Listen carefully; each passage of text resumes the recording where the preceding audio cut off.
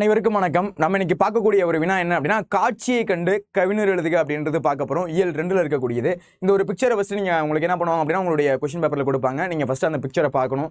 பார்த்துட்டு அதுக்கேற்ற மாதிரி என்ன பண்ணணும் அப்படின்னா, ஒரு காட்சியை கண்டு கவிஞர் எழுதுக அப்படின்றது எழுதணும். இந்த ஒரு பிக்சர் என்ன அப்படின்னா, காற்று இல்லாம ஒரு முதுகுல பார்த்தீங்க அப்படின்னா, அந்த ஒரு பானையில இருக்கக்கூடிய ஒரு செடி மூலியமா அவர் வந்து ஆக்சிஜனை வந்து சுவாசிச்சுட்டு இருக்காரு அப்படின்றது தெரியுது.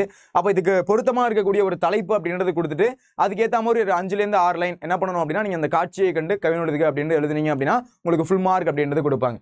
நான் என்ன தலைப்பு கொடுத்துருக்கேன் அப்படின்னா, காற்றின் முக்கியத்துவம், காற்று எந்த அளவுக்கு முக்கியத்துவம் அப்படின்ற மாதிரி இந்த தலைப்பு தான் கொடுக்கணும் அப்படின்றது அவசியம் இல்லை.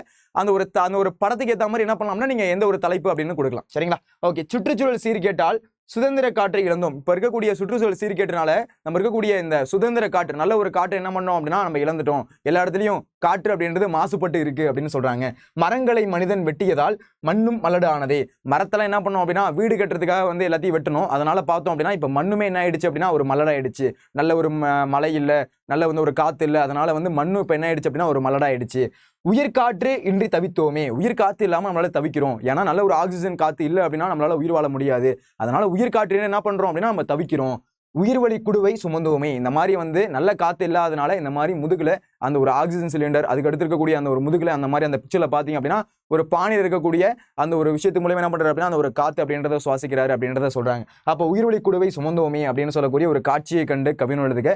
நம்மளுடைய வாழ்க்கைக்கு ஏற்ற மாதிரி ஒரு பிக்சர் அப்படின்றத கொடுத்துருக்காங்க. இந்த கண்டிப்பா எழுதுனீங்க அப்படின்னா உங்களுக்கு ஃபுல் மார்க் கொடுப்பாங்க.